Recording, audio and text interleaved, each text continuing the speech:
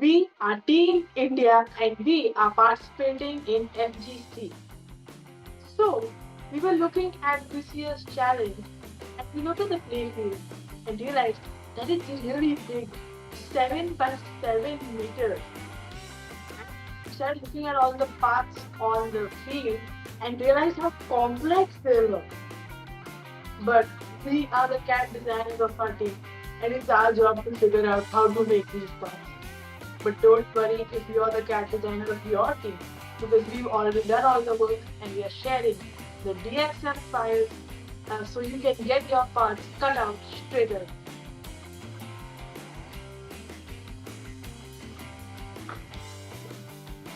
So this is what the field looks like. It's really big, 7 by 7 meters. In case you haven't realized how big that is, that's very big.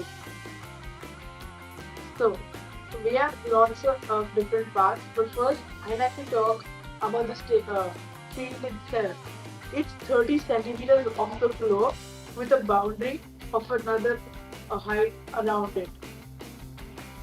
We have things like the oxygen accumulator, which is very tall, the hydrogen tank, which is very heavy, the reservoir, which is made fully of metal, and the electrolyzers, which are just in the corner. So, I'll start by explaining the metal parts.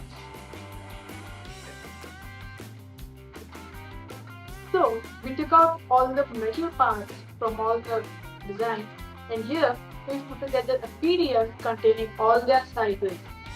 So this is a reservoir, and you can see exactly how big it is.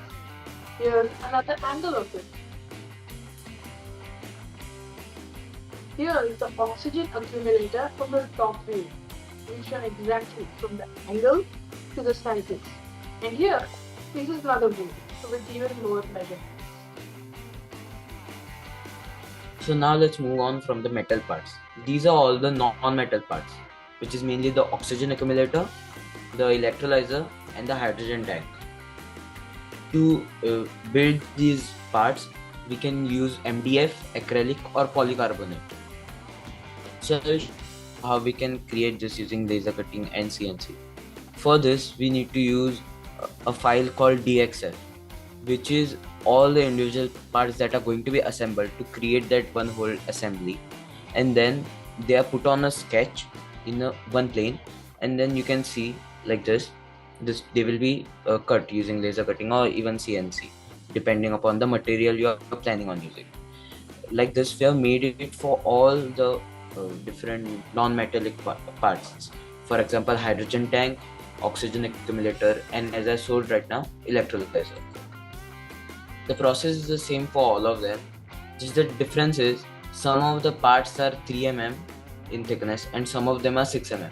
So we need to make sure that the correct parts are being given the correct thickness.